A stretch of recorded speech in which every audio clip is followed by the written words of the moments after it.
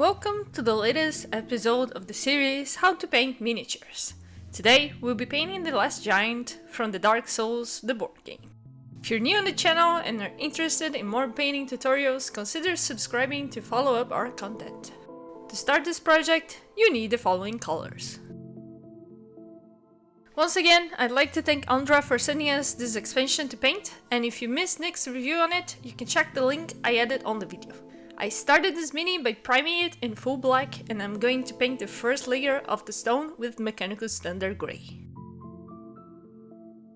I'm using a bigger brush because the model is big, and I'm painting all the visible stone parts of the model. I also did 2 layers of Mechanical Standard Grey to make sure that all the cracks on the inside gets covered by the paint too. I'm avoiding the stone pillar, the shackles and the sword, but I'm not being super precise since I'll take care about that later on when I paint the rest of the details.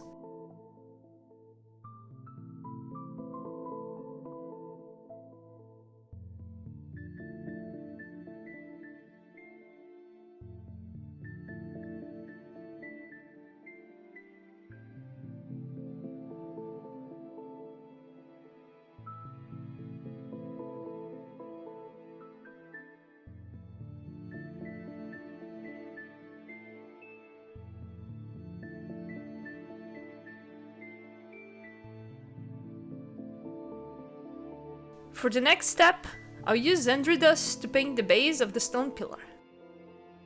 In the game, the stone pillar is a bit darker and we'll shade it later, but I thought it was nice to have this difference in tone. I also did 2 layers for this base.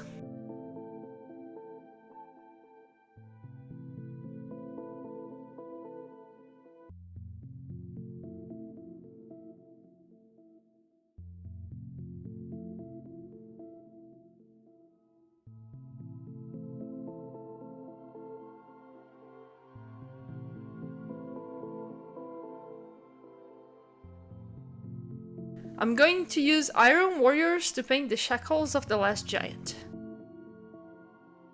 In some of the references I found, it looked a bit rusty, others were normal, so I decided to go on the route of the freshly imprisoned giant, and let the rust for the swords.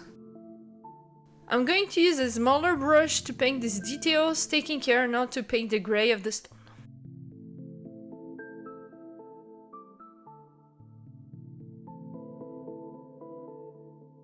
To add some variety on the swords, I will paint some of them with Balthazar Gold, trying to imitate some copper gear.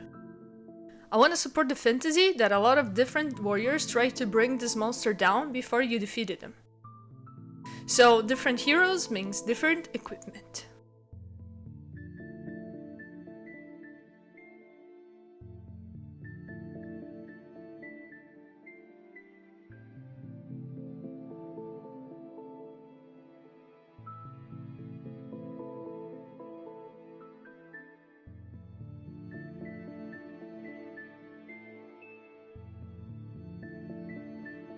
The other swords I'll paint with Lead Belcher. I fully paint the sword and then later on I'll paint the handles of a few swords to make them different.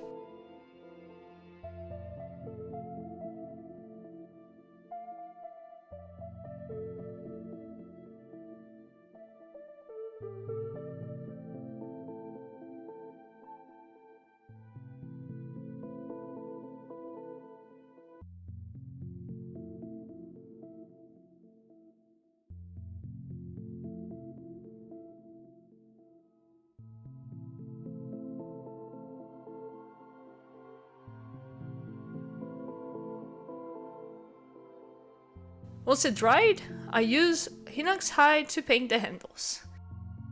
This way we get some different looking swords.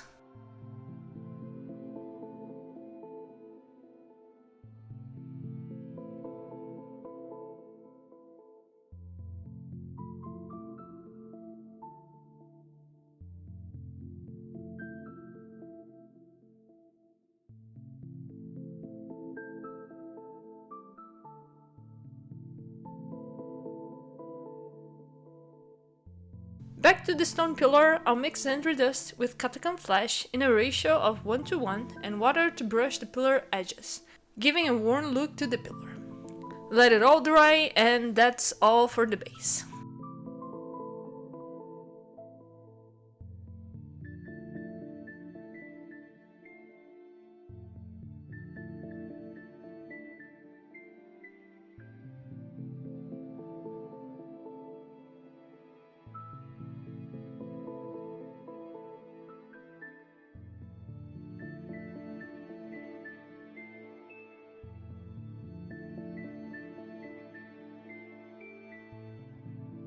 Next, I'll use Agrex Earthshade to shade the whole grey stone base and the pillar.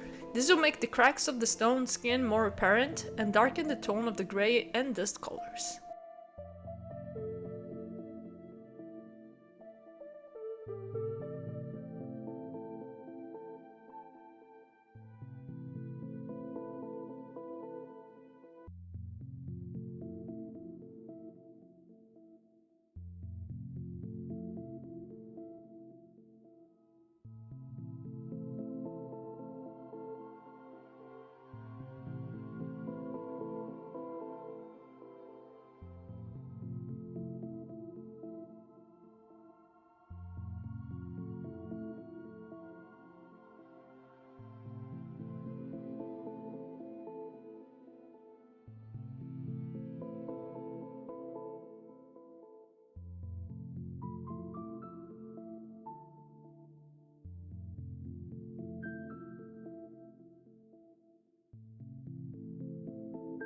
After it dried, I'll use new oil to shade the shackle on the swords.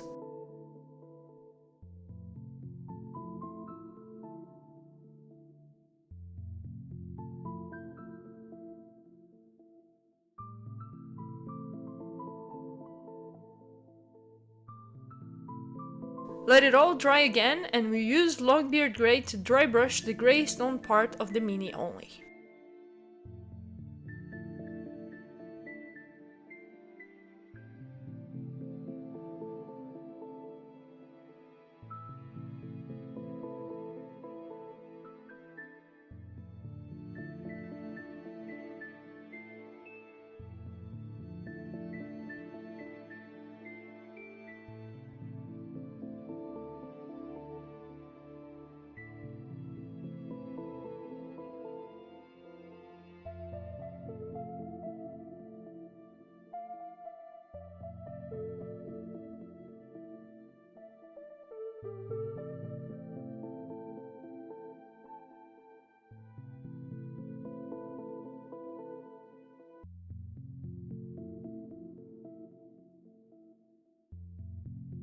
We'll take Necron Compound to dry brush some highlights of the metal for the shackles and the sword.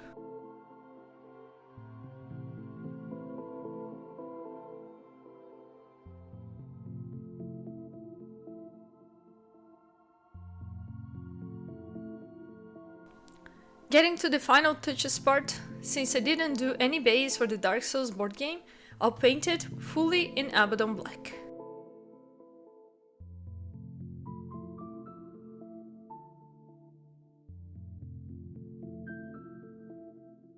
Finally, I'll use some grass for the first time to give some moss looks for the mini. To glue it up, I'm just using a regular white glue and diluting it a bit in water so it's not too glossy once it dries. Make sure to use an old brush and water well once you're done to avoid damaging it further. To be honest, the stone for the grass was too light for me, but I didn't want to wait to test that out, so keep that in mind when you choose your choice of grass.